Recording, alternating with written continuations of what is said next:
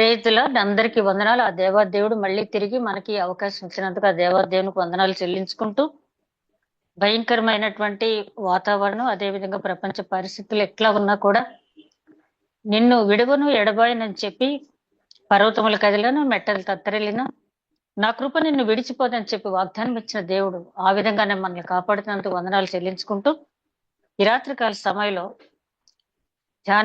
ధ్యానాంశంగా మనం మలాకి గ్రంథం, ప్రవక్త అయిన మలాకి రాసిన గ్రంథం 3వ అధ్యాయం 7వ వచనం చూస్తే, ఒకసారి మీ పితరులు నా నుండి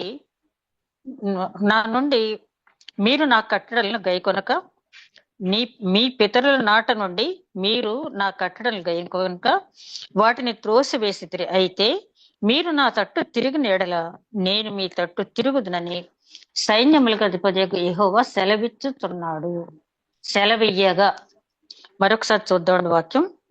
మీ పితరుల నాటి నుండి మీరు నా కట్టడలను గైకొనక వాటిని త్రోసివేసితిరి. అయితే మీరు నా తట్టు తిరిగిన ఎడల నేను మీ తట్టు తిరుగుదునని సైన్యములకు అధిపతియగు యెహోవా సెలవియ్యగా. ప్రేమమడిన మా తండ్రి, మరొక్కసారి నీ వాక్యం ధ్యానించుకునే కృప నాయన, ఈ పునరుత్థాన దినమున ఈ సాయంకాలం చిన్న మందగా చేరి నేను స్తుతించే కృప మాకు అనుగ్రహించినందుకు వందనములు తండ్రి. మేమేమై ఉన్నామో కేవలం అది నీ ఉచితమైన కృపల్లో విన్నాను తండ్రి. నాయన, ఈ వారం రోజుల్లో శుక్రవారం, శనివారం, ఆదివారం కూడా నాయన నీ సన్నిధులు ఇంత చక్కగా గడపటానికి నాయన మాకు ఇచ్చిన సదవకాశాన్ని బట్టి వందనాలు తండ్రి. ఆయా స్థలంలో తిరుగుతూ వ్యర్థమైన సంచారములు చేయకుండా తండ్రి బైబిల్ స్టడీ చేసిన అవకాశం మాకు ఇచ్చినందుకు వందనాలు. నీ వాక్య మర్మములు వెల్లడి చేయమని, నన్ను ఒక బోరుగా వాడుకున్నామని తండ్రి, నన్ను మరుగుపరిచి ఆధ్యాత్మిక మర్మములు వేరే వెల్లడి చేయమని, వినుచున్న ప్రతి ఒక్కరికి నీ యొక్క పరిశుద్ధాత్మ నడిపింపు దయచేయమని, వాక్యం ధ్యానిస్తున్న నాకు, వాక్యం వింటున్న ప్రతి ఒక్కరికి కూడా నేను నడిపింపు దయచేయమని, కార్యాంతము నేను బహుగా స్తుతించిన భాగ్యం దయచేయమని, ఏ రకమైన ఇబ్బంది లేకుండా కాపాడమని మా ప్రభువును నీ ప్రియ కుమారుడైన యేసుక్రీస్తు ద్వారా వేడుకొంచున్నాం తండ్రి. ఆమేన్. లాస్ట్ వీక్ మనం మలాకి గ్రంథం 3వ అధ్యాయంలో 6 వచనాలు మనం ధ్యానించుకున్నాం. మరి కొంచెం ఆ రోజు కొద్దిగా స్పీడ్గా వెళ్ళాం కాబట్టి ఒక్కసారి దాన్ని మళ్ళీ రికాల్ చేసుకుంటే, మొదటి వచనంలో 3 అంశాలు చెప్పారు. ఏంటంటే జాన్ ద బాప్టిస్ట్ గురించి, జీసస్ క్రైస్ట్ గురించి, ఆయన రాకడ గురించి. జాన్ ద బాప్టిస్ట్ వచ్చిన విషయం ఏంటి, ఆయన ఎందు నిమిత్తం అయితే దేవుని చేత పంపించబడ్డాడని చెప్పి వివరిస్తూ, ఆయన మార్గములు సరళం చేయటానికి వచ్చినటువంటి ఒక దూత, దేవుడు ఏ విధంగా నిర్దేశించాడో ఆ మార్గంలో ఆయన సరళం చేసి ఆయన పని ఆయన ముగించుకుని వెళ్ళిపోయాడు. అయితే ఆ వచనం ద్వారా మనం తెలుసుకోవాల్సింది, నేనే మార్గమును సత్యమును జీవమునై ఉన్నాను, నా ద్వారా తప్ప తండ్రిని ఎవరు సమీపించరు ఎరుగురని చెప్పి జీసస్ క్రైస్ట్ చెప్పిన మాటను బట్టి పరలోకం చేరటానికి ఆయనే మార్గం. కాబట్టి ఈ ప్రపంచంలో అనేక మంది ఏది సరైన మార్గం తెలియక ఎక్కడెక్కడో తిరుగులాడుతూ ఏదేదో మార్గాలు ఆశ్రయిస్తున్న వారికి ఇదే నిజమైన మార్గం అని చెప్పి, మరి జాన్ ద బాప్టిస్ట్ ఎంత కటువుగా మరి ఆ మాట అన్నాడు, సర్ప సంతానం మా రాబో సంగతుల గురించి మీకు నేర్పిన వాడు ఎవడని చెప్పి. అంత కఠినంగా మనం చెప్పకపోయినా మరి పేతురు గారు చెప్తారు కదా, ఓపికతో సహనంతో సువార్త ప్రకటించండి అని చెప్పి, ఓపికతో సహనంతో ఆ మార్గం అంటే రెండవ రాకడకు సిద్ధపాటు, ఆయన మొదటి రాకడకు జాన్ ద బాప్టిస్ట్ సిద్ధపాటు చేసి ఆ మార్గానికి నడిపించాడు జనాన్ని. మన బాధ్యత రెండవ రాకడికి జనమును నడిపించటలో బాప్తిస్మాన్ని ఆదర్శంగా తీసుకుని మనం నడిపించాలి. అదేవిధంగా యేసుక్రీస్తు ఈ లోకంలోనికి ఎందుకు వచ్చారని చెప్పి మనందరికీ తెలుసు.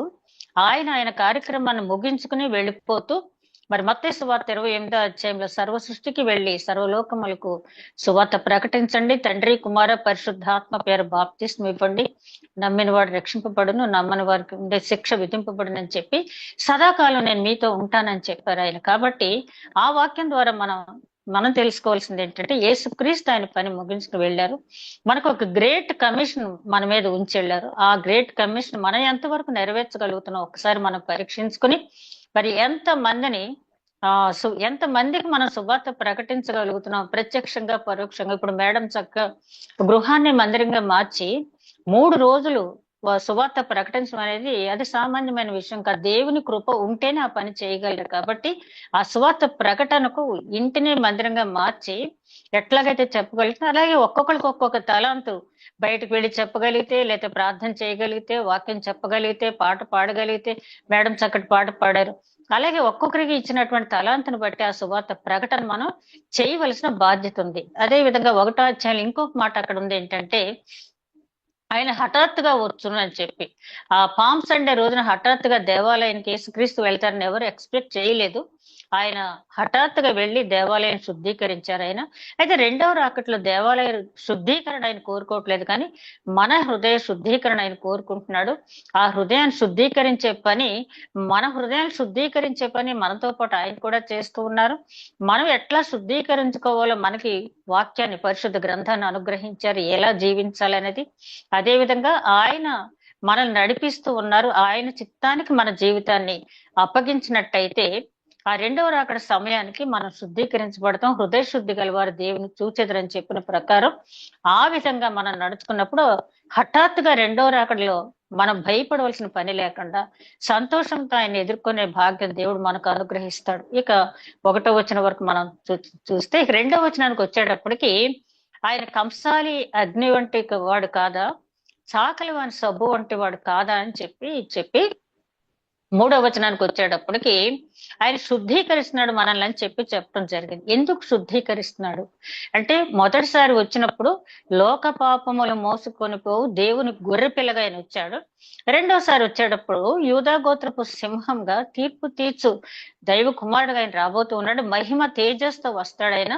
ఆ మహిమ తేజస్సుని మనం తట్టుకోవాలంటే ఏ బుల్లెట్ ప్రూఫ్ జాకెట్లు కానీ అట్లాంటివి ఏవి మనకు పనికిరావు. కానీ ఆ మహిమ తేజస్సును మనం తేరిపార చూడాలి అంటే మనకు కావాల్సింది ఏంటంటే రక్షణ వస్త్రం కావాలి, నీతి వస్త్రం కావాలి. ఆదికాండంలోనే 3వ అధ్యాయంలోనే ఆదాముని దేవుడు పిలిచినప్పుడు, ఆదామా నువ్వు ఎక్కడ అన్నప్పుడు, అయ్యా నేను నీ దగ్గరకు రాలేను, నేను దిగంబరినై ఉన్నానని చెప్పినప్పుడు, అంటే ఆ మహిమ వస్త్రం అక్కడ ఆదాము పోగొట్టుకున్నాడు. ఆ మనకి ఆ మహిమ వస్త్రాన్ని ఇవ్వటానికి యేసుక్రీస్తు శిలువ మీద రక్తం చిందించి ఆ మహిమ వస్త్రం ధరింప చేయటానికి ఆయన ప్రాణత్యాగం చేశాడు. ఎవరైతే ఆయన విశ్వసిస్తారో వారి నీతిమంతులుగా తీర్చి ఆ నీతి వస్త్రాన్ని మనకి ఇస్తారు. కాబట్టి ఆ పరిశుద్ధ జ్వాలలో మనం మాడిపోకుండా ఉండాలి అంటే ఆ రక్షణ వస్త్రం, ఆ మహిమ వస్త్రం మనం ధరించాలి. కాబట్టి ఆయన శుద్ధీకరిస్తున్నాడు. పేతురు గారు చెప్పారు కదా, బంగారాన్ని శుద్ధీకరించినట్టు శుద్ధీకరిస్తున్నారు, వెండిని పరిశోధించినట్టు మిమ్మల్ని పరిశోధిస్తున్నాడు దేవుడు. ఎందుకంటే ఆయన పరిశుద్ధుడు గనక ఆ పరిశుద్ధతలో మనం నిలవాలి అంటే మనం తప్పనిసరిగా మన జీవితాన్ని ఆయన చిత్తానికి అప్పగించాలి. నేను ఒక చిన్నది మొన్న ఒక ఇన్సిడెంట్ చదివాను. ఏంటంటే, అంటే ఊహ, నిజంగా జరిగింది కాదు. ఒక ఆయన రాశారు ఏంటంటే, ఒక అతను చనిపోయిన తర్వాత వెళ్తూ ఉంటే పరలోకం కనిపించిందంట. నువ్వు ఇక్కడ కాదు పాతాళానికి వెళ్ళాలని అక్కడ ఉన్నటువంటి వ్యక్తి చెప్పారంట, కాపులాదారు. అబ్బాయి లేదు, నేను పరలోకానికే వెళ్తాను, నన్ను వెళ్ళనివ్వండి అన్నాడంట. సరే నీ సరదా నేనెందుకు కాదనాలి, వెళ్ళన్నాడు. వెళ్ళి 2 క్షణాలు ఉండి గబగబా బయటకు వచ్చేసి నేను ఉండలేకపోతున్నాను అన్నట్టు. ఎందుకంటే ఆ వెలుగు తేజో నివాసులు నివసించేటటువంటి ఆ మహిమాయుక్తమైన ప్రాంతంలో అతను నివసించలేకపోయాడు. కాబట్టి తనకు తానుగా బయటకు వచ్చి చీకట్లోకి వెళ్ళిపోయాడు. అదే కదా బాప్తిస్మిచ్చే యోహాను ఏమంటాడంటే, ఆ వెలుగు లోకంలోనికి వచ్చిన కానీ ప్రజలు తమ క్రియలు చెడ్డవైనందున దాన్ని స్వీకరించలేకపోయాను. కాబట్టి 3వ వాక్యం ద్వారా మనం తెలుసుకోవాల్సింది ఏంటంటే, మనం ఆ పరిశుద్ధ జ్వాలలో మనం మండిపోకుండా ఉండాలి అంటే మనం చేయవలసింది ఆ మన జీవితాన్ని ఆయనకి అప్పగించాలి. ఇక 4వ వచనంలో చూస్తే, పూర్వపు సంవత్సరాలు ఉండినట్లు యూదా వారును యెరూషలేము నివాసులను చేయు నైవేద్యం నేను తీసుకుంటాను, అన్ని జనుల నైవేద్యం కూడా తీసుకుంటానని చెప్పారు 4వ వచనంలో. అక్కడ అన్ని జనుల నైవేద్యం కూడా తీసుకునే సమయం ఉంది. అది రెండో రాకడ సమయంలో మన హగ్గయి ప్రవక్తని ధ్యానించేటప్పుడు ధ్యానించాం, జెఫన్యా గ్రంథం కూడా ధ్యానించేటప్పుడు ధ్యానించాం. అది ఇంకా టైం పడుద్ది. ఇంకోటి ఏంటంటే మనం ఎప్పుడు జ్ఞాపకం చేసుకోవాల్సింది, అసలు రెండవ రాకడ ఎప్పుడు, 1000 సంవత్సరాల పరిపాలన ఎప్పుడు, రహస్య రాకడ ఎప్పుడు, ఇవన్నీ కూడా మన దృష్టిలో లేవు. మనకు తెలియదు అవి ఎప్పుడు జరుగుతాయి. కానీ మనం ఈ లోకాన్ని విడిచిపెట్టి ఎప్పుడు వెళ్తామో మనకు తెలియదు. కానీ కాబట్టి ఎప్పటికప్పుడు మనం సిద్ధపడి ఉండాలి. కాబట్టి ఆ నైవేద్యము అంటే మన ప్రార్థనే నైవేద్యము. ఇంపైన నైవేద్యంగా యోబు అలాగే దావీదు కూడా ఈ మాటలను ఉపయోగిస్తారు. నా ప్రార్థన ఇంపైన నైవేద్యంగా స్వీకరించని చెప్పి. మనం అనుదినము చేసే ప్రార్థన ఇంపైన నైవేద్యంగా ఆయనకి ఉండేటట్లుగా మనం ప్రార్థించి ప్రార్థన ఫలాలు మనం పొందాలి. అలాగే 5వ వచనంకి వచ్చేటప్పటికి ఆయన అంటాడు, మీ గురించి నాకు ఎవరు సాక్ష్యం ఇవ్వక్కర్లేదు, నేను నిలబడి మీ జీవితం అంతా నేను చెప్తాను, నాకెవరు రికమెండేషన్స్ అక్కర్లేదు, కాబట్టి మీరు జాగ్రత్తగా ఉండండి, ఇదిగో నేను వచ్చే సమయానికి మీ జీవితాలు దిద్దుకోండి అని చెప్పాడు. 6వ వచనానికి వచ్చేటప్పటికి, నేను మార్పు లేని దేవుడు కాబట్టి మీరు ఈ విధంగా ఉన్నారు అని చెప్పడం జరిగింది. అంటే మీరేదో నీతిమంతులు కాబట్టి లయం కాకుండా లేరు, నేను మార్పు లేని దేవుణ్ణి కాబట్టి మీరు ఈ విధంగా ఉన్నారు అని చెప్పాడు. అంటే మార్పు లేని దేవుడిగా ఆయన ఎందుకున్నాడు అంటే మన మీద నీతిమంతులమని కాదు, కానీ మన పితరులకు ఇచ్చినటువంటి పితరులతో చేసినటువంటి నిబంధన, రెండవది దావీదుకి ఇచ్చినటువంటి వాగ్దానము. ఈ నిబంధన ఈ వాగ్దానము నెరవేర్పుకి ఆయన తన కుమారుణ్ణి ఈ లోకానికి శరీరాకారిగా పంపించి శిలువ మరణం పొంది అంతగా శ్రమపడి మన కోసం ఆయన విలువైన రక్తాన్ని మన కోసం కాల్చడం ద్వారా ఆ వాగ్దాన నెరవేర్పు అనేది జరిగింది. ఆయన అంటాడు కదా, రోమిలో రాసిన పత్రిక 11:29 పౌలు గారు అంటాడు, ఆయన పిలిచిన పిలుపుకి మాట్లాడే మాటకి పశ్చాత్తాపడే దేవుడు కాదు, కాబట్టి ఆ వాగ్దాన నెరవేర్పుకి తన కుమారుని ఆయన ఈ లోకానికి పంపించాడు. 6వ వచనం వరకు ఉన్న అంశం అది ఒకసారి మనం మళ్ళీ తిరిగి ఆలోచించినట్టయితే. ఇక 7వ వచనానికి చూస్తే, మీ పితరుల దగ్గర నుంచి కూడా నా కట్టడలు మీరు తోసివేస్తూనే ఉన్నారు అని చెప్తూ ఆయన అక్కడితోటి వదిలిపెట్టకుండా ఏమంటున్నాడంటే, మీరు నా వైపు తిరిగినట్టయితే నేను మీ వైపు తిరుగుతాను. ఈ మాట ఎక్కడి నుంచి? ఆది కాండం దగ్గర నుంచి, ఆదాము నువ్వు నా దగ్గరకు రా అంటే నేను రాలేనయ్యా అని చెప్పంటాడు. దేవుడు పిలుస్తున్నాడు. అప్పుడు ఆదాము, అయ్యా నేను తప్పు చేశాను, నన్ను క్షమించు అంటే క్షమాపణ పొందేవాడు. కానీ అక్కడ సాకులు చెప్తున్నాడు. ఆదాము మొదలుకొని ఈ రోజు వరకు కూడా మనిషి నేను తిరగలేను అని చెప్తున్నాడు. దానికి కారణం ఏంటంటే, దావీదు మహారాజు అంటాడు కదా, ఆయన వైపు మనం తిరిగినట్లయితే ఆయన ముఖకాంతిలో మన రహస్య పాపములన్నీ కూడా వెల్లడి అవుతాయి. ఆయన వైపు తిరిగినట్టయితే, ఆయన చెప్తున్నాడు కదా 5వ వచనంలో, మీ గురించి ఎవరు చెప్పక్కర్లేదు, నేనే మీ మీద సాక్ష్యం పలుకుతానని చెప్తున్నాడు. కాబట్టి అందుకు జడిసి వాళ్ళ మనుషులు ఆయన వైపు తిరగటం లేదు. పౌలు గారు కూడా రోమీలు రాసిన పత్రిక 3:23 వచనంలో, అందరూ ఏ భేదమును లేదు, అందరూ పాపం చేసి దేవుడు అనుగ్రహించు మహిమను పొందలేకపోతున్నారని చెప్పారు. అయితే యేసుక్రీస్తు లోకంలోనికి వచ్చింది ఎందుకు? లూకా సువార్త 19:10 వచనాలు మనకు తెలుసు కదా అందరికీ, నశించుతున్న వారిని వెతికి రక్షించడానికి మనుష్య కుమారుడి లోకంలోనికి వచ్చెను అని చెప్పి అక్కడ వ్రాయబడి ఉంది. కాబట్టి ఎంతకాలం తిరగకుండా ఉంటాం? ఓ పిల్లాడు తప్పు చేశాడు, ఎంతసేపు బయట తిరుగుతాడు? ఎప్పటికైనా ఇందాక ఏదో చిన్న మాటకి మా చిన్న మనవడు వాళ్ళ తాతయ్యతో నీ జట్టు పీస్ అన్నాడు అనేసి, అయితే నేను నీకేమి చేయనులే అని అన్నారు.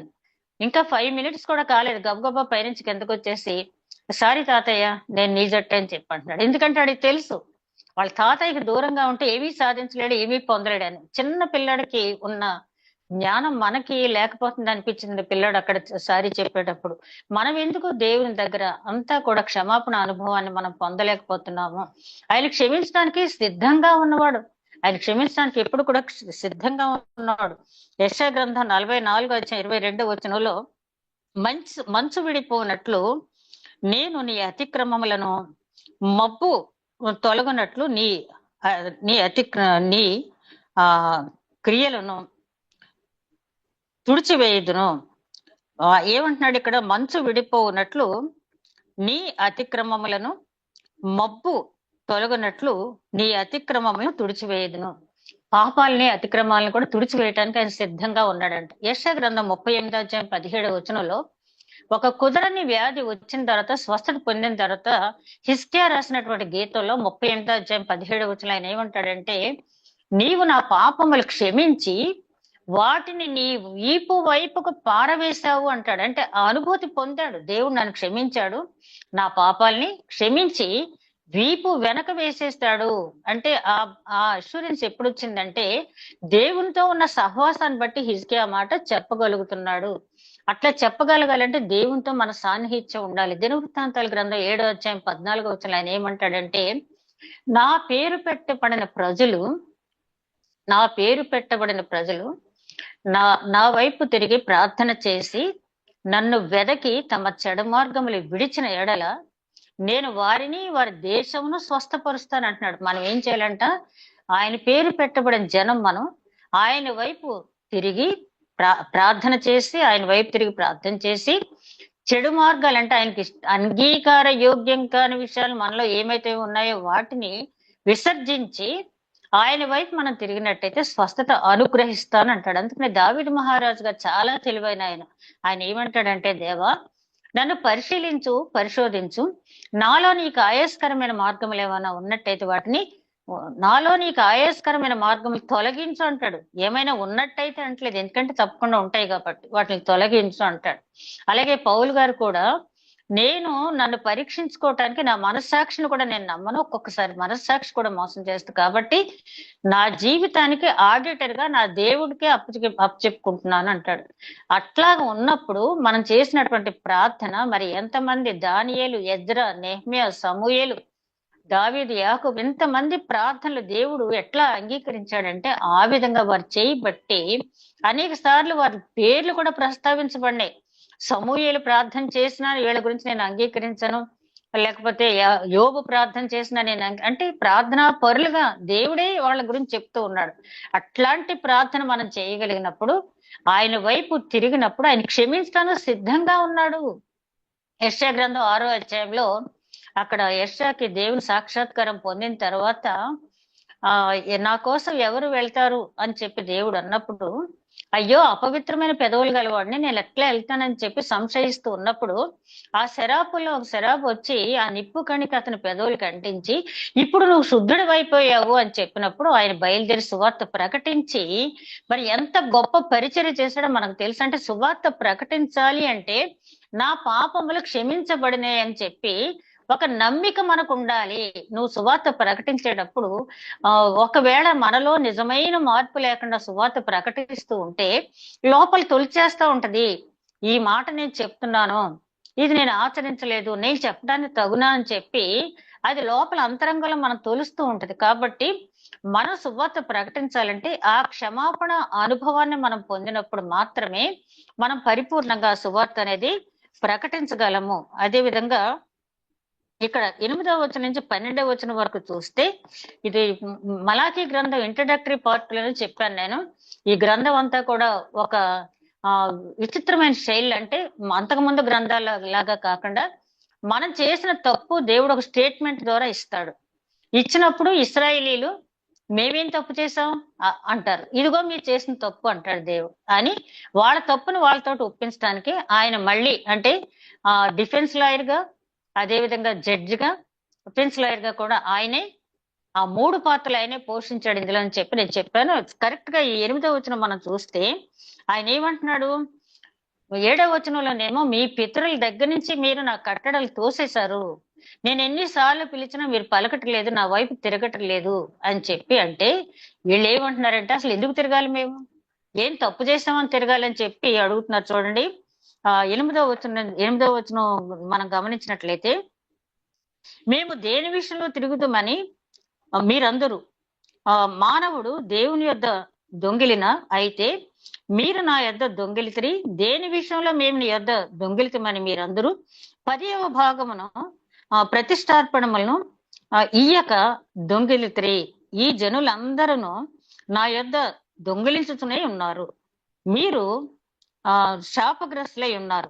నా మందిరంలో ఆహారం ఉండునట్లు 10వ భాగము మీరు నా మందిరపు నిధిలోనికి తీసుకొని రండి అని చెప్పి అంటున్నారు. తీసుకొని రండి అని చెప్పిన తర్వాత, దీన్ని చేసి మీరు నన్ను శోధించిన ఎడల నేను ఆకాశపు వాకిండ్లు విప్పి పట్టజాలనంత విస్తారపు దీవెనలు కుమ్మరించదనని సైన్యములకు అధిపతి యెహోవా సెలవిచ్చుచున్నాడు. అది మీ మీ పంటను తినివేయి పురుగులను నేను గద్దించెదను, అవి మీ భూమి పంటను నాశనము చేయవు, మీ ద్రాక్ష చెట్ల అకాల ఫలములు రాల్చకయు ఉండునని సైన్యములకు అధిపతి యెహోవా సెలవిస్తున్నాడు. ఈ 12వ వచనం వరకు మనం చూస్తే ఆయన ఒక అభియోగం వీళ్ళ మీద మోపారు. ఏంటంటే, మీరు నా వైపు తిరగలేకపోవటానికి కారణం ఇది. ఏం తప్పు చేశాం మేము అని అడుగుతున్నారేంటి? మనుషులు దేవుడి దగ్గర నుంచి దొంగిలించవచ్చా? అంటే పొరుగువాడి దగ్గర నుంచి దొంగిలించటం రైట్ అని కాదు. అసలు దేవుడి దగ్గర నుంచి అననీయ సప్పీరా ఎందుకు శిక్ష పొందారు? దేవునికి ఇవ్వాల్సిన దాంట్లో అబద్ధం చెప్పారు. వాళ్ళు నిజాయితీగా సగమే ఉంచుకుని సగం తీసుకొచ్చి ఇచ్చామంటే ఏమో దేవుడు క్షమించనేమో. కానీ చాలా ధైర్యంగా దేవుడి సన్నిధిలో అబద్ధం చెప్పారు. ఆది అపోస్తల సంఘంలో అబద్ధము అనేది అపవాది పుట్టించే క్రియ కాబట్టి అందుకనే వాళ్ళకి అంత కఠినమైన శిక్ష అక్కడ విధింపబడింది. వీళ్ళు కూడా ఇక్కడ ఏమంటున్నారు? మేమేం చేసామంటే మనుషుడు దేవుని సన్నిధిలో దొంగిలించవచ్చా? మీరు నా 10వ భాగాన్ని దొంగిలిస్తూ ఉన్నారు, ప్రతిష్ట అర్పణలు దొంగిలిస్తూ ఉన్నారు అని చెప్పి ఈ దశమ భాగం గురించి అనేకమైన డిబేట్స్ నడుస్తూ ఉన్నాయి. కొంతమంది అంటారు క్రొత్త నిబంధనలో దశమ భాగం ఇవ్వక్కర్లేదు అని. ఎవరు చెప్పారు ఇవ్వక్కర్లేదని? అది స్వేచ్ఛార్పణ. క్రొత్త నిబంధనలో స్వేచ్ఛార్పణ. ఓల్డ్ టెస్ట్మెంట్ లో నిబంధన దశమ భాగం ఇస్తే సరిపోద్ది. కానీ క్రొత్త నిబంధనకు వచ్చేటప్పటికి భేద విధవరాలు 2 కాసులు ఉన్నదంతా వేసేసింది. ఈమె అందరిలో కూడా ఈమె వేసింది గొప్ప కానుక అన్నాడు యేసుక్రీస్తు. ఆ 2 కాసులు ఎందుకంటే ఆమె తన జీవనం అంతయు వేసినని చెప్పి. అంటే it is up to you. నువ్వు ఇష్టం, నువ్వు ఎంత ఇచ్చుకుంటావు, నీ స్వేచ్ఛార్పణ. మన కోల్గేట్ అధిపతి గురించి మనకు తెలుసు కదా. ఆయన వ్యాపారం ప్రారంభించినప్పుడు 10% ఇచ్చాడు. ఆ తర్వాత చివరికి అలా పెంచుకుంటూ వచ్చి 90% వరకు అయినా ఇచ్చాడు. బిల్ గేట్స్ గురించి చూస్తే ఆయన 50% ముందు ఇచ్చేశారు, తర్వాత ఇంకా మళ్ళీ ఇచ్చారు. అలాగా ఎవరికి తోచినంత వాళ్ళు ఇస్తూనే ఉన్నారు. మరి వెదజల్లి అభివృద్ధి పొందిన వారు కలరు అంటారు పౌలు గారు.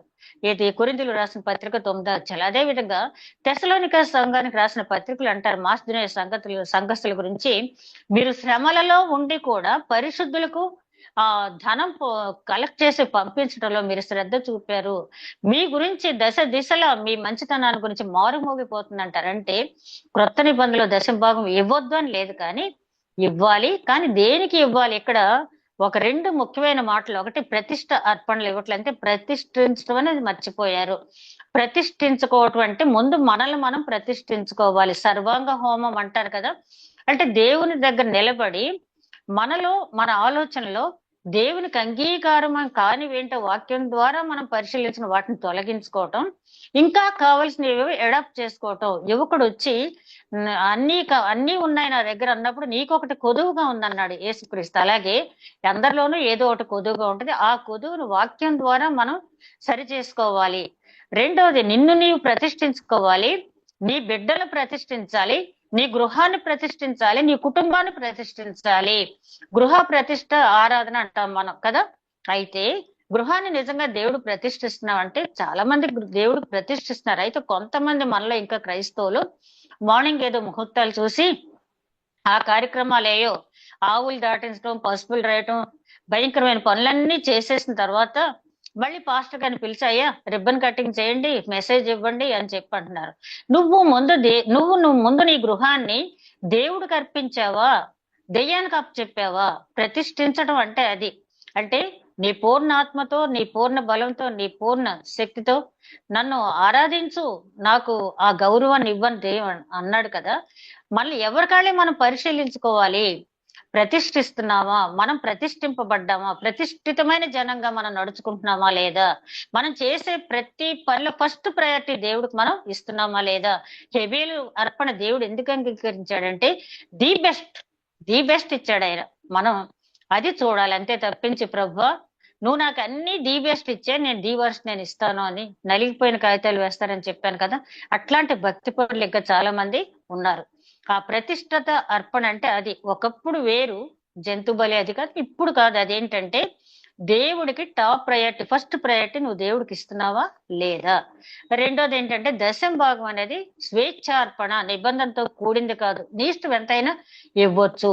అక్కడ ఒక మాట అన్నాడు ఆయన, ఏంటంటే నా మందిరంలో ఆహారం ఉన్నట్లు మీరు తీసుకొచ్చి దశమ భాగాలు ఇవ్వండి. మందిరంలో ఆహారం అంటే పాత నిబంధన గ్రంథంలో యాజకులు మాత్రమే తినటానికి, లేవీలు తినటానికి సముఖపు రొట్టెలు ఉండే, ఒక 12 రొట్టెలు అక్కడ ఉండే, ఎవల రొట్టెలు ఉండే. ఆ యాజకులు మాత్రమే తినాలి అవి. అంటే దైవ ఆరాధన చేసి ఆ కార్యక్రమాలు నడుపుతున్నటువంటి యాజకులు ఆకలి కొనకుండా దేవుడు ఆ ఏర్పాటు అనేది చేశాడు. అయితే ఇప్పుడు అది లేదు కదా, మరి దేవుని మందిరంలో ఆహారం ఉండటానికి మనం డబ్బు ఎందుకు ఇవ్వాలి, మనం కానుకలు ఎందుకు ఇవ్వాలని చాలా అతి తెలివిగా ప్రశ్నలు వేసేవాళ్ళు ఉంటారు. ఈవేళ 16,000 రూపాయలు మరి దీనికి ఎంతో కట్టారు కదా మేడం. ఇదే మందిరంలో ఆహారం ఉంటుంది, ఇదే ఇవాంజలిజం. ఇవాంజలిజం అంటే నువ్వు వెళ్ళకపోతే ఎవరైనా పంపించు, అది మనకు నేర్చుకోవాల్సింది. సువార్త వినిపించడం అనేది. కొర్నేలి ఏం చేశాడు? పేతురు గారు తన ఇంటికి వస్తా ఉంటే అనేక మందిని తన ఇంట్లో కూర్చోబెట్టి వాక్యం వినిపించాడు. అంటే అనేక మందిని కూర్చోబెట్టాడంటే అనేక మందిని అకామిడేట్ చేశాడు, వాళ్ళకి కావాల్సిన రిఫ్రెష్మెంట్స్ అన్ని చూశాడు, భోజన పానాదులన్నీ చూశాడు. ఇవన్నీ చూసి వాళ్ళకి వినిపించాడు సువార్త. ఎంత గొప్ప సంగతి! అదే ఆది కాలంలో డార్క్ పీరియడ్ అంటాం కదా, తోమా గారు వచ్చి వెళ్ళిపోయిన తర్వాత ఉన్నత వర్గాల వాళ్ళు వాక్యాన్ని స్వీకరించి ఇతరులకు చెప్పలే. ఎందుకంటే ఆ రక్షణ భాగ్యం, ఆ పరలోకం మనకే ఉండాలి, ఇతరులకు చెప్పకూడదని. కానీ కొర్నేలి ఏం చేశాడు? నా ఇంటి మాత్రం, నా ఇల్లు, నా భార్య, పిల్లలు మాత్రం రక్షింపబడితే చాలే అనుకోలేదు, కానీ అందరూ రక్షింపబడాలి అని చెప్పి అందరినీ కూర్చోబెట్టి అక్కడ వాక్యం చెప్పాడు, చెప్పించాడు. అది అంటే నా మందిరంలో ఆహారం ఉండునట్లంటే మనమే మందిరం, దేవుని మందిరం మనమే. ఆహారం ఉండునట్లు అంటే ఆ సువార్త ప్రకటనకి నువ్వు ఇవ్వు డబ్బు అంతే తప్పించి అనవసరమైన వాటికి, ఏదో పాస్టర్ గారు కారు కొనుక్కుంటానంటేనో, లేకపోతే రియల్ ఎస్టేట్ చేయాలంటే అక్కడ ఏదో స్థలాలు కొంటామనో, లేకపోతే బంగారాలు వెండి తీసుకొని దాస్తున్నారు వాటి గురించి కొట్టుకుంటున్నారు, ఇవన్నీ కాదు దేవుడు చెప్పింది. ఏంటంటే సువార్త ప్రకటనకి పౌలు గారికి ఎంత మంది సహకరించారు. అలాగే అప్పట్లో యెరూషలేము కరువు రాబోతుంది అని చెప్పి అగవు ప్రకటిస్తే వాళ్ళు మొట్టమొదటి చేసిన పని ఏంటంటే అక్కడ ఉన్నటువంటి సంఘస్థులంతా కూడా కానుకలు సేకరించి పౌలు గారికి, తీతుకు ఇచ్చి యెరూషలేం పట్టణాన్ని ముందు పంపించారు. ఎందుకంటే అక్కడున్న యాజకులు, అక్కడున్న పండితులు వారు కరువుకు లోను కాకూడదు, వాళ్ళు ఎప్పుడూ కూడా వాక్య పరిచర్య చేయాలి, దేవుని కోసం ప్రార్థన చేయాలి, యాజక ధర్మం నిర్వహించాలి. కాబట్టి వాళ్ళ ముందు కడుపు నిండా ఆహారం తినాలి, వాళ్ళు ఎక్కడా కూడా లోటు పడకూడదు, వాళ్ళకి వస్త్రం లేకుండా బాధపడకూడదు అని చెప్పి కానుకలు అక్కడ అది ఆహారం అంటే అంతే తప్పించి నా మందిరంలో ఆహారం అంటే భోజనాలు పెట్టమని కాదు. ఆది అపోస్తుల కాలంలో మరి అపోస్తుల కార్యాల గ్రంథం 6వ అధ్యాయంలో మనం చూస్తే అక్కడ చూసాం కదా, స్టెఫన్ ని ఒక డీకెన్ గా ఎన్నుకున్నారు 7గురిలో. వాళ్ళ పని ఏంటి? అక్కడ ఉన్నటువంటి విడోస్ కి, తర్వాత ఆర్ఫియన్స్ కి, ఇంకా ఇలాగ ఎంతమంది అయితే అవసరతలు ఉన్నారో వారికి ఆహారం పంచి పెడతాం. ఆ ఆ రోజుల్లో చర్చ ఆ బాధ్యత తీసుకుంది. ఇప్పుడు ఆ బాధ్యత నుంచి బయటకు వచ్చాం, కానీ అంతకంటే పెద్ద బాధ్యత ఉంది మనకి. ప్రపంచం అంతటా సువార్త ప్రకటింపబడాలి, అంతటా అందరూ మారు మనసు పొందాలి, ప్రతి నాలుక ఆయన స్తుతించాలి, ప్రతి మోకాలు ఆయన సన్నిధిలో వంగాలంటే నీవు నేనే పాత్రదారులం. కాబట్టి ఆ మందిరంలో ఆహారం ఉన్నటువంటి ఆ సువార్త ప్రకటనకి నువ్వు ఎంత ఖర్చు పెడతావో, 10వ వంత, 20వ వంత, నీకున్నంత వరకు, నీ మనసు ఇష్టపడినంత వరకు, ఎవరు బలవంతం చేయరు, స్వేచ్ఛగా అర్పించు. అది తర్వాత నువ్వు ఇది ఇచ్చినట్టయితే నేను ఆకాశ వాకిళ్ళు ఇచ్చి విప్పి దీవిస్తాను అని చెప్పి పంటల గురించి, పశు సంపద గురించి అన్ని మాట్లాడారు ఆయన. అయితే ఇక్కడ మనం గమనించాల్సింది ఏంటంటే అక్కడ ఒక మాట వాడాడు ఆయన, ఏంటంటే ఇవన్నీ పొందిన తర్వాత మీరు ఆనంద దేశంలో నివసిస్తారు అన్నాడు. ఈ ప్రపంచంలో ఆనంద దేశం ఫలానాదని చెప్పగలం. ఒక స్విట్జర్లాండ్, ఒక పారిస్, ఒక యూకేనో, లేకపోతే యుఎస్ఏనో, లేకపోతే ఇంకా ఎన్ని దేశాలు మనం చెప్పుకున్నా కూడా ఇక్కడంతా పూర్తిగా ఆనందమేనండి. అసలు దుఃఖం అనేది లేదనే దేశం ఏదైనా ఉందా? కన్నీటి బాష్ప బిందువు లేనిది, దాహము ఆకలి లేని దేశం ఏంటి? పరలోక రాజ్యం. కాబట్టి నువ్వు ఈ పని నువ్వు చేసి నా మందిరంలో ఆహారం ఉన్నట్లుగా నువ్వు చేసినట్టయితే నీవు ఆనంద దేశంలో నివసిస్తావు. అంటే నీ ధనాన్ని పరలోక రాజ్యంలో సమకూర్చుకుంటావు. మత్తయి సువార్త 6వ అధ్యాయంలో ఆయన చెప్పింది అదే కదా, మీరు ఇక్కడ సమకూర్చుకోవద్దు, పరలోకంలో సమకూర్చుకోండి, అక్కడ చిమ్మెట కొట్టదు. కాబట్టి మీ ధనం అక్కడ ఉంటుంది, మీకు అక్కడ సీట్ సంపాదించి పెడద్ది. ఈ వాక్యంలో మనం అర్థం చేసుకోవాల్సింది ఏంటంటే నా మందిరంలో ఆహారం ఉన్నటువంటి ఆయన సువార్త ప్రకటనకి మనం ఖర్చు పెట్టాలి. ఇకపోతే 13వ వచనంలో చూస్తే యెహోవా సెలవిచ్చినది ఏమనగా, నన్ను గూర్చి మీరు బహు గర్వపు మాటలు పలికి నిన్ను గూర్చి ఏమి చెప్పితమని మీరు అడుగుదురు. దేవుని సేవకు చేయుట నిష్ఫలమనియు ఆయన ఆజ్ఞలు గైకొని సైన్యములకు అధిపతియగు యెహోవా సన్నిధిని మనము దుఃఖాక్రాంతంలో తిరుగుట వలన ప్రయోజనం ఏమనియు గర్విష్ఠులు ధన్యులగుదురనియు యెహోవాను శోధించు దుర్మార్గులు వర్ధిల్లుదురనియు వారు సంరక్షణ పొందుదురనియు మీరు చెప్పుకొనుదురు. చెప్పుకొనుచున్నారు. సాధారణంగా ఈ పనులు ఎంతైనా మనం కూడా ఒక్కొక్కసారి మన మనసుకు అనిపిస్తది కదా, మనం ఇంత భయభక్తులతో ఉంటున్నాం కానీ సంఘ విద్రోహ చర్యలు చేసేవాడే మన ఎదురుగుండా దేవుడు తిరస్కరించిన వాడే బాగుపడుతున్నాడు కదా ఏంటని ఒక్కసారి మనకు ఆలోచన వస్తుంది. అట్లాంటి వాళ్ళకి ఈ వాక్యాలు చదివినట్టయితే మీరు గర్వపు మాటలు చెప్పుకుంటారు. ఆయన సేవించి మన దుఃఖాక్రాంతులై తిరగటం వల్ల మనకు వచ్చిన ఫలితం ఏంటి? దుర్మార్గులు వర్ధిల్లుతున్నారు, ఆయన శోధించిన వాళ్ళు బాగుపడుతున్నారు, వర్ధిల్లుతున్నారు, మనకొచ్చిన లాభం ఏంటి అని చెప్పి చాలా గర్వంగా మాట్లాడుకుంటూ అనుకుంటున్నారంట. మీరు తర్వాత ఒకసారి చదవండి కీర్తన 73వ సంకీర్తన, ఆసాపు రాసినటువంటి కీర్తన. ఆయన కూడా ఇలాగే, ఏంటి నేను ఎంత కష్టపడి దేవుని సేవ చేయటం, ఈ పాటలు పాడటం వల్ల నాకు వచ్చిన ప్రయోజనం ఏంటి? దుర్మార్గులు వర్ధిల్లుతున్నారు, భక్తిహీనులు వర్ధిల్లుతున్నారు, వాళ్ళు మాలాంటి వారి మీద పెత్తనం చేస్తున్నారు, నాకు వచ్చింది ఏంటి అనుకుంటాడు. ఆ కీర్తన ప్రారంభంలో అలా ఉండి చివరికి వచ్చేటప్పటికి, దేవా నేను జారి పడకుండా నా కుడి చేయి నీ చేతిలో ఉన్నందుకు నీకు స్తోత్రము అంటాడు. అంటే చివరికి వచ్చేటప్పటికి అలా దేవునితో మాట్లాడుకుంటూ వచ్చేటప్పటికి దేవుని పొందు ఎంత శ్రేష్టమైనదో గమనించాడు ఆయన. గమనించి నా చెయ్యి నీ చేతిలో ఉండటం కంటే ధన్యకరమైన జీవితం ఏముందయ్యా? ఎంత ధనధాన్యాలున్నా, ఎన్ని భోగభాగ్యాలున్నా అవేవి కూడా నన్ను పరలోక రాజ్యాన్ని చేర్చవు కదా. నా చెయ్యి నీ చేతిలో ఉన్నప్పుడు నీతో పాటు హనోకులాగా నేను వచ్చేస్తాను కదా అక్కడికి. ఎంత గొప్ప సంకీర్తన. ఆసాపు ఏంటంటే ఆయన ఒక రేఖాగణిత శాస్త్రజ్ఞుడు. ఆయన గురించి ఎప్పుడన్నా ఒక వీక్ తీసుకుని నేను చెప్తాను ఆసాపు గురించి. ఆయన కీర్తనకారుడు మాత్రమే కాకుండా ఆయన జీవితంలో నుంచి మనం చాలా పాఠాలు నేర్చుకోవాలి. అలాగా ఆసాపు లాగానే అంత గొప్ప పండితుడే ఒకనొక సమయంలో దేవుని గురించి అలాగ అందుకుని రియలైజ్ అయిపోయి, అనుకుని ఉంటే ఆయన గురించి మనం ఇవాళ మాట్లాడుకోక్కర్లేదు. ఆయన చివరికి వచ్చినప్పుడు రియలైజ్ అయ్యి, అయ్యా నాకు ఏమీ వద్దు, నా చెయ్యి నీ చేతిలో ఉంటే చాలు. హబక్కు కంటాడు కదా 3వ అధ్యాయంలో, హబక్కు గ్రంథం, లేళ్లు వినకపోయినా, అంజూరు పళ్ళు కాయకపోయినా, నా పంటలు ఏమీ లేకపోయినా కానీ నువ్వు నాకుంటే చాలు అంటాడు. అది ఉన్న వాళ్ళు ఎవరు కూడా ఈ రకంగా మాట్లాడరు. అందుకనే యోబుతో ఎలీఫజ్ ఏమంటాడు, చాలా సార్లు గుర్తు చేస్తున్నాను ఈ మాట, నీవు నీతిమంతుడై ఉండటం దేవునికి ఏమన్నా ప్రయోజనమా అంటాడు యోబుతో. అంటే మనం నీతిమంతులు అయి ఉంటాం, మనకే ప్రయోజనం కానీ దేవునికి మాత్రం కాదు. అది మాత్రం జ్ఞాపకం పెట్టుకుని, నేను నీతిమంతురాలుగా ఉంటున్నాను, నేను నీతిమంతుడిగా ఉంటున్నాను, దేవుడు ఏంటి నన్ను పట్టించుకోవట్లేదు ఏంటి? నీ నీతి నిన్ను రక్షిస్తుంది. ఆ దేవుడు ఎందుకు పట్టించుకుని మాట్లాడితే నీకు సర్టిఫికేట్ ఎందుకు ఇవ్వాలి? ఆయనకి తెలిసి నువ్వు ఎట్లాగుంటున్నావో. గర్వపు మాటలు మాట్లాడద్దు అని చెప్పి ఇక్కడ హెచ్చరిస్తున్నాడుగా. దేవుడు అసహించుకునే 6 లక్షణాల్లో గర్వం కూడా ఉంది. సామెతల గ్రంథం 6వ అధ్యాయం 16వ వచనంలో అక్కడ రాయబడింది. ఇక 16వ వచనం చూస్తే, యెహోవా యందు భయభక్తులు గలవారు ఒకరితో ఒకరు మాట్లాడుకొనుచుండగా యెహోవా చెవి యొగ్గి ఆలకించెను, మరియు యెహోవా యందు భయభక్తులు ఆయన నామమును స్మరించుచు ఉండు వారికి జ్ఞాపకార్థంగా ఒక గ్రంథము ఆయన సముఖమందు వ్రాయబడెను. నేను నియమింపబో దినము రాగా వారు నా వారే, నా స్వకీయ సంపాద్యమై ఉందురు. తండ్రి తను సేవించు కుమారుని కనికరించినట్లు నేను వారిని కనికరింతునని సైన్యములకు అధిపతి యెహోవా సెలవిచ్చుచున్నాడు. ఈ గర్విష్ట మాటలు మాట్లాడే వాళ్ళు మాట్లాడుకుంటూనే ఉంటారంట. అయితే దేవుని యందు భయభక్తులు గలవారు ఒక దగ్గర చేరి వాళ్ళు దేవుని నామాన్ని స్మరిస్తూ దేవుని క్రియలు పదే పదే చెప్పుకుంటూ ఉంటారంట. మన లూకాసు వార్త 24వ అధ్యాయంలో చూస్తే ఎమ్మాయి గ్రామస్తులు ఇద్దరు ఆ రోజు ఆ శిలువ మరణం పొందిన తర్వాత యేసుక్రీస్తు వాళ్ళు తిరిగి పునరుత్థాన దినమున వాళ్ళు గ్రామానికి వెళ్ళిపోతూ ఉంటే వాళ్ళు అనుకుంటున్నారు ఏదో ఇదే ఇలా జరిగింది ఏంటి అని చెప్పి.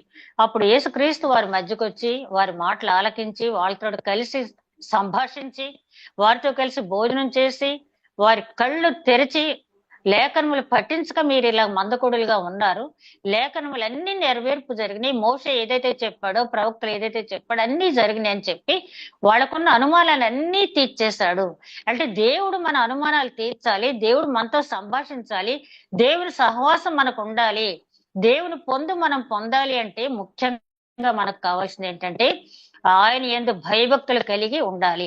ఆ భయభక్తులు గల వారి పేర్లు ఎక్కడ రాస్తాడంటే ఆయన సముఖమందు ఒక జ్ఞాపకార్థ గ్రంథం ఉంది. జ్ఞాపకార్థ గ్రంథం అనేది ఎక్కడి నుంచి మొదలైందంటే నిర్గమకాండం 17వ అధ్యాయంలో అమాలేకీయుల మీద విజయం సాధించిన తర్వాత మోషే యెహోషువతో అంటాడు, అంటే ఊరు ఒక పక్కన అహరోను ఒక పక్కన చేతులు పట్టుకుని నిలబడితే అక్కడ అమాలేకీలపై గొప్ప విజయం సాధిస్తారు. ఇది జ్ఞాపకార్థ గ్రంథంలో వ్రాయమని మోషే యెహోషువతో చెప్తాడు. అక్కడి నుంచి జ్ఞాపకార్థ గ్రంథం మొదలైంది. ఆ తర్వాత చాలా సార్లు దీని గురించి మనం మాట్లాడుకోవచ్చు పరిశుద్ధ గ్రంథంలో అనేక సార్లు. అయితే ఆ జ్ఞాపకార్థ గ్రంథంలో నీ పేరు ఉండాలంటే ఏం ఉండాలి? నీకు ఉండవలసిన అర్హత ఏంటంటే ఆయన యందు భయభక్తులు కలిగి ఉండి ఆయన నామము స్మరించుతూ, అంటే ఏసయ్య ఏసయ్య ఏసయ్య అంటే కాదు. మత్తయి సువార్త 7వ అధ్యాయంలో ఏమన్నాడు? ప్రభువా ప్రభువా అన్నవాడు పరలోక రాజ్యాన్ని చేరడు, కానీ నా తండ్రి చిత్త ప్రకారం చేయవాడే పరలోక రాజ్యం చేరతాడు. అంటే ఆయన నామం స్మరించడం అంటే ఆయన నామంలో ఏముంది? దీర్ఘశాంతము, కృప, అత్యధిక ఆ కనికరము, కరుణ, ఇవన్నీ కూడా ఉన్నాయని నిర్గమకాండం 34:6 వచనంలో మోషేకి తన నామాన్ని ప్రకటిస్తూ, ఆయన నామంలో ఏమున్నాయంటే దయ, కనికరము, కృప, అత్యంత కృప, సమృద్ధి, దీర్ఘశాంతం ఉన్నాయని. కాబట్టి ఆయన నామాన్ని స్మరించడం అంటే ఈ లక్షణాలు మనం కలిగి ఉండి జీవించాలి. ఆత్మఫలం మనం కలిగి ఉన్నామా లేవని పరిశీలించుకుని, ఆత్మఫలంలో ఎక్కడ వెనకబడ్డామని పరిశీలించుకుని దేవుణ్ణి అడిగి, ప్రభువా నేను దీంట్లో వెనకబడి ఉన్నాను, నేను సాత్వికురాలుగా ఉండాలనుకుంటున్నాను, ఉండలేకపోతున్నాను, దయచేసి నన్ను సాత్వికురాలుగా నువ్వు మార్చు తండ్రి. నేను అందరిలోకి సమాధాన పరచాలి అనుకుంటున్నాను, అసలు నాలోనే సమాధానం లేదు, నీతో ముందు సమాధాన పడి మనుషులను సమాధాన పరిచే కృప నాకు అనుగ్రహించు తండ్రి. ఇలాగా ఆత్మఫలంలో నువ్వు ఎక్కడైతే వెనకబడ్డావో ఒక్కసారి నిన్ను పరిశీలించుకుని దేవుని యందు భయభక్తులు కలిగి మాట్లాడుకుంటూ ఉంటే నీ మాటలు ఎవరు వింటారు? దేవుడే వింటాడు. దేవుడే వింటాడు. మనం చేసే ప్రార్థన ఇంటి కప్పు దాటపోతే దానివల్ల ప్రయోజనం ఏమీ లేదు. హన్నా చేసింది దేవుని సన్నిధికి వెళ్ళిపోయింది ప్రార్థన. అట్లా మనం మాట్లాడే మాటలు కూడా దేవుని సన్నిధికి వెళ్ళినప్పుడు ఆ జ్ఞాపకార్థ గ్రంథంలో మన పేర్లు ఉంటాయి. అంటే నువ్వు గర్వపు మాటలు మాట్లాడితే దానికి కలిగే శిక్ష ఉంటుంది. నువ్వు భయభక్తులు కలిగి ఆయన గురించి నామం స్మరిస్తూ ఆ జీవితం గడిపితే ఆ ప్రతిఫలం నీకు ఉంటుందని చెప్పి చాలా క్లియర్ కట్ గా ఓల్డ్ టెస్ట్మెంట్ లోనే ఆయన చెప్పడం అనేది జరిగింది. ఇక 18వ అధ్యాయం చూస్తే, అప్పుడు నీతి గల వారెవరో, దుర్మార్గులు ఎవరో, దేవుని సేవించు వారెవరో, ఆయన సేవించిన వారెవరో మీరు తిరిగి కనుగొందరు. అప్పుడు అంటే ఆ అక్కడ ఆ తీర్పు సమయంలో ఈ గ్రంథాలు తెరుస్తారు. గ్రంథాలు తెరిచినప్పుడు ఆ జ్ఞాపకార్థ గ్రంథంలో ఎవరెవరు పేర్లు ఉంటాయో చూస్తారు కదా. అప్పుడు మీరు తెలుసుకుంటారు, ఓహో వీళ్ళ పేర్లు ఇక్కడికి వచ్చినాయంటే వీళ్ళు పెద్ద ఏదో ఇదిగా ఉండేవాళ్ళు కాదు, ఏదో మూల పడేసినట్టు ఉండేవాళ్ళు, వీళ్ళ పేర్లు ఇక్కడ ఉంటాయి ఏంటి అని అనుకుంటారు. చాలా మంది అంటారు పరలోక రాజ్యం అంటే ఒక మిస్టరీ. అంటే ఏంటంటే తప్పకుండా వీళ్ళు పరలోక రాజ్యంలో ఉంటారు అనుకున్న వాళ్ళు అక్కడ ఉండరంట, ఎట్టి పరిస్థితుల్లో వీళ్ళు ఉండరు అనుకున్న వాళ్ళు అక్కడ ఉంటారంట. దానికి కారణం ఏంటంటే నువ్వెవరు నేనెవరు తీర్పు తీర్చడానికి? హృదయాంతరంగ రహస్యాలు పరిశోధించి ఆ జ్ఞానేంద్రియాలతో సహా పరిశోధించి తీర్పు తీర్చే దేవుడు. ఆయన దృష్టికి మనం ఏమైనా ఆలోచన చెప్పగలమా? అది మన పని ఏంటంటే ఆయన చిత్తానుసారంగా మనం నడుచుకోవటం. ఎంత క్లియర్ గా కరెక్ట్ గా చెప్పారంటే భయభక్తులు అనే మాట మనం చాలా సార్లు వాడతాం. ఆదికాండం 20వ అధ్యాయం 21వ వచనంలో అక్కడ అబీమెలెకు అంటాడు, ఏమయ్యా నీ భార్యను తీసుకొచ్చి చెల్లని ఎందుకు చెప్పావు నువ్వు అని అన్నప్పుడు అబ్రహాం అంటాడు, అయ్యా ఈ ప్రాంతంలో దేవుని యందు భయభక్తులు లేని జనము, అంటే వాళ్ళు ఏ మాత్రము నైతిక విలువ లేని జనం. దేవుడు అంటే భయం లేని జనం. భయము భక్తి అనే దాన్ని చాలా సార్లు మనం కన్ఫ్యూజ్ అవుతా ఉంటాం. భయము భక్తి. భక్తి అంటే ప్రతిరోజు 3 సార్లు ప్రార్థనకి వెళ్ళిపోయి వాక్యం చదివేసి గంటలు గంటలు ప్రార్థన చేయటం కాదు, కానీ ఆయన నియమించిన కట్టడలు తూచా తప్పకుండా మనం పాటించడం. ఎవరు 100% కూడా నేను పాటించేసాను ప్రభు అంటాను సరిపోగానే ఆయన కృప మనకి విశ్వాసమును కృప ద్వారానే మీరు రక్షింపబడ్డారంటారు ఎఫెసీయులకు రాసిన పత్రిక 2వ అధ్యాయం 8వ వచనాలు. కాబట్టి మన శక్తి వంచన లేకుండా ఆయన చిత్తానుసారంగా మనం నడుచుకున్నట్లయితే కృప ద్వారా ఆయన రక్షిస్తాడు. భయభక్తులు కలిగి ఉండటం గొప్ప ఉదాహరణ పోతీఫర్ భార్య యోసేపును ప్రవోక్ చేసినా కూడా ధర్మశాస్త్రం అంటే తెలియదు అతనికి, అయినా కూడా తానే ధర్మశాస్త్రం అయినట్టు ప్రవర్తించి దేవునికి విరోధంగా ఈ పాపం నేను ఎట్లా చేయగలను పలికాడే. అది భయం. అంటే అది భయం. ఇక్కడ ఎవరూ లేరు కదా, నన్ను ఎవరు చూస్తారు, పర్వాలేదులే నాది కాదు కదా తప్పు అని అనుకోలేదు. అది భయం. అంటే భక్తి వేరు, భయం వేరు. నువ్వు ఎన్ని ప్రార్థనలు చేసినా, మరి ఎన్ని దాన ధర్మాలు చేసినా, ఎంతసేపు ప్రార్థనలు చేసినా దేవుడంటే భయం అంటే ఆయన నియమించిన కట్టడ ఆయన ఆయన చూస్తూ ఉన్నాడు, నిత్యము ఆయన చూస్తున్నాడు అని చెప్పి ఎవరైతే జీవిస్తారో వాళ్ళు భయభక్తులు కలిగినటువంటి జనం. ఈ అధ్యాయంలో మనం తెలుసుకున్నది క్రీస్తుని గురించి, జాన్ ద బాప్టిస్ట్ గురించి తెలుసుకున్నాం. అదే విధంగా ఆయన శుద్ధీకరిస్తున్నాడు, అలాగే ఆయన మార్పు లేని దేవుడు అని తెలుసు. మన ప్రార్థన నైవేద్యంగా ఉండాలని ఆయన వైపు మనం తిరిగితే, భూదిగంత నివాసులారా నా వైపు చూచి రక్షణ పొందండి అని ఆయన పిలుస్తూ ఉన్నాడు. విననోళ్ళని పిల్లల కోసం దినమెల్లా నేను చేతులు చాపున్నానని పిలుస్తున్నాడు. కాబట్టి ఆయన వైపు మనం తిరిగితే ఆయన క్షమించి మన పాపములు వెనుక వీపు వైపు పారవేసే దేవుడు, మబ్బు వలె తొలగించేసే దేవుడు, మంచు వలె కరిగించేసే దేవుడు. అదే విధంగా గర్వపు మాటలు దేవుడి గురించి మాట్లాడకూడదు. నీ దశమ భాగాలన్నీ కూడా సువార్త ప్రకటనకి దేవుని నిమిత్తం ఖర్చు పెట్టాలి. అదే విధంగా ప్రతిష్ఠించుకో, నిన్ను నువ్వు ప్రతిష్ఠించుకో వాక్యంతో, నీ కుటుంబాన్ని ప్రతిష్ఠించు, నీ గృహాన్ని ప్రతిష్ఠించు. అది ప్రతిష్టత. ఆనంద దేశం అంటే పరలోక రాజ్యంలో నివాసం చేయటానికి ఈ అర్హతలన్నీ నువ్వు పొందాలంటే దేవుని యందు భయభక్తులు కలిగి, ఏదోలే ఇంతకాలం భయంగా భక్తిగానే ఉన్నాను కదా, కొంతకాలం లేకపోతే ఏంటని అనుకోకూడదు. చివరి క్షణం వరకు నా కోసం నీతి కిరీటం దాచబడింది అన్నాడు పౌలు గారు. మంచి పోరాటం పోరాడుతుంది, నా పరుగు కడముట్టించుకుని, నా విశ్వాసము కాపాడుకుంటుని, నా కోసం నీతి కిరీటం దాచబడి ఉంది. నా కోసం మాత్రమే కాకుండా నాలా ఎంతమంది అయితే ఇట్లాంటి జీవితం జీవిస్తారో వాళ్ళందరి కోసం నీతి కిరీటం దాచబడిందని చెప్పారు. కాబట్టి ఆ వైపుగా మనం ఆలోచిద్దాం, ఆ వైపుగా మనం ప్రయాణం చేద్దాం. ఆ వైపు మనం ప్రయాణం చెయ్యాలని ఆసక్తి ఉన్నట్టయితే, మనకు తెలుసు కదా అపోస్తుల కార్యాలు 14 అధ్యాయంలో దుస్తరులో ఒక కుంటి వాడు అక్కడ ఉంటే అతను స్వస్థత పొందాలని ఆసక్తి కలిగి ఉన్నాడు. పౌలు గ్రహించాడంట. పౌలుకి ఎవరు చెప్పారు? పరిశుద్ధాత్ముడు చెప్పాడు. నువ్వు నేను గనక దేవునికి ఇష్టానుసారమైన జీవితం జీవించాలని మనకు ఆసక్తి కలిగి ఉంటే ఆయనే మనల్ని నడిపిస్తాడు. అట్టి నడిపింపు దేవుడు మనకి అనుగ్రహించును గాక. దయగలమా ప్రభు, ఇంతవరకు ధ్యానించిన వాక్యం నిమిత్తం వందనాలు తండ్రి. ఏ ఆటంకం లేకుండా నడిపించినంత వందనాలు తండ్రి.